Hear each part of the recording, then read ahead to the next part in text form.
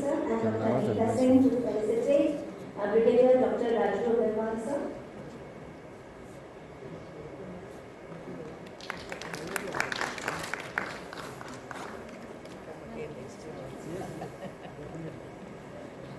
May I request Ma'am, please.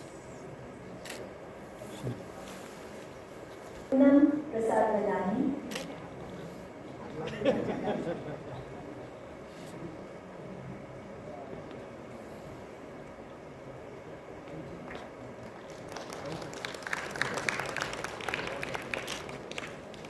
and to felicitate Ma'am, please. Ma'am, please. Brigadier Raju Agarwal to felicitate Dr. Sudha Tandon.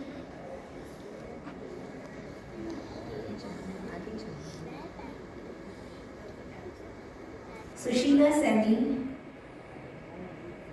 please come to the stage. And I request Dr. Anita. And I request Dr. Anita Singh to again felicitate Dr. Nidhi Mukherjee.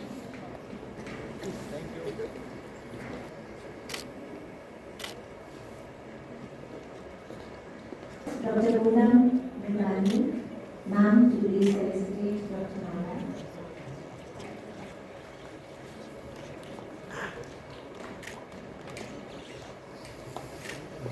Dr.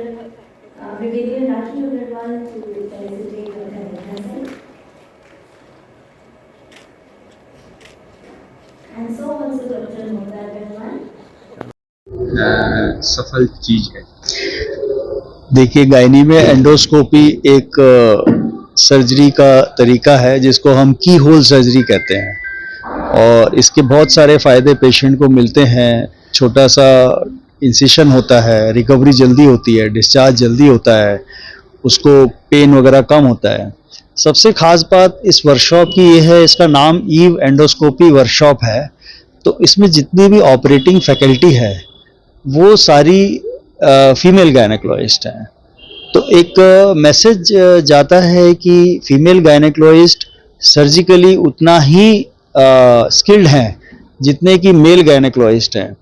और जो हमारी young delegates होते हैं उनको एक platform मिलता है कि जहां वो एक्सपर्ट्स को, जितनी दूर से हमारे एक्सपर्ट्स आए हैं जो इंडिया में फेमस हैं, उनको देखने का मौका मिलता है, उनकी सर्जरी देखने का मौका मिलता है, और उनको एक प्रेरणा मिलती है उनसे कि हम भी उनकी तरह हो सकते हैं और हम भी एंडोस्कोपी कर सकते हैं। ओपन सर्जरी और एंडोस्कोपी सर, दोनों में सबसे सुरक्षित किसको मानते हैं? देखिए, दोनों का अपना अलग, कुछ पेशेंट्स होते हैं जो कि एंडोस्कोपी के लिए फिट नहीं होते हैं, तो उनके लिए ओपन सर्जरी की जाती है। लेकिन आजकल ज़्यादातर ऑपरेशंस, इवन कैंसर के भी काफ़ी ऑपरेशंस एंडोस्कोपी से किए जा सकते हैं। तो ये उस सर्जन की स्किल पे डिपेंड करता है कि वो कितना कॉम्प्लिकेटेड सर्जरी एंडोस्कोपी से कर सकता है। तो यंग जनरेशन को ये समझना चाहिए कि अगर केस ज़्यादा डिफ़िकल्ट है या कॉम्प्लिकेटेड है तो ओपन सर्जरी उनके लिए बेटर है। Thank you. Okay, thank you. Open ईव एंडोस्कोपी हम लोग जितने भी महिला एंडोस्कोपिस्ट हैं उनके स्ट्रेंथ और उनके एक्सपर्टाइज को सेलिब्रेट करते हुए हम ये कॉन्फ्रेंस कर रहे हैं। आपने देखा होगा आज हमारी जितनी भी ऑपरेशन करने वाली थी वो सारी महिलाएं हैं, और ये दिखाता है कि हमारा कितना स्ट्रेंथ, हमारा कितना कंट्रीब्यूशन है लैप्रोस्कोपिक सर्जरी में, बीइंग अ फीमेल। अब आपके दूसरे सवाल पर हम आते हैं कि ओपन और में मतलब तो जो पेट खोलकर जो कन्वेंशनल मेथड है उसमें और जो दूरबीन द्वारा जो एक छेद द्वारा किया जाता है उसमें कितना फ़र्क है। पहले आप लोग सभी जानते हैं कि जो भी ऑपरेशन होता था उसमें पेट में चीरा लगता था, फिर ऑपरेशन होता था। तो अब पेट खोल के ऑपरेशन में होता है, बड़ा सा चीरा लगता है, पेशेंट को लंबे समय तक अस्पताल में रहना पड़ता है, फिर वो टाका को सूखने पर उसको काटना पड़ता है, फिर महिलाएं घर जाती हैं और काम, अपने नॉर्मल काम को रिज्यूम करने में उन्हें 3 से 4 हफ्ता लग जाता है। पर अगर हम दूरबीन द्वारा करते हैं तो इसका पहला जो है, एक तो ब्लड लॉस है वो बहुत कम होता है, खून जो का ऑपरेशन के दौरान वो कम होता है। सेकेंडली, और बहुत ही छोटा चीरा लगता है जो पता भी नहीं चलता। जो पता भी नहीं चलता, और लोग महिलाएं 1 से 2 हफ्ते में वापस काम करने के लायक हो जाती हैं, है ना। तो 1 से 2 हफ्ते में वापस वो काम करने लग जाती है। तो ऊपर से वो कॉस्मेसिस का बहुत ये है, जल्दी वो वापस काम पर 1-2 हफ्ते में वापस जा सकती हैं। तो ये सब बहुत एडवांटेज है इसके साथ, जो ओपन सर्जरी में नहीं है। इसलिए डॉक्टर संगम झा, मैं यहाँ एडिशनल प्रोफेसर हूँ, यूनिट हेड गायनिकोलॉजी विभाग। Thank you. दिवसीय कार्यक्रम है, इसमें आज हमारा पहला दिवस है जिसमें कि हमने सर्जरीज की। सर्जरीज ये की होल सर्जरी है, मतलब हम पूरा पेट में चीरा ना लगा के पेट में 2-3 छोटे छोटे छेद करके उससे बड़े और जटिल ऑपरेशन करते हैं।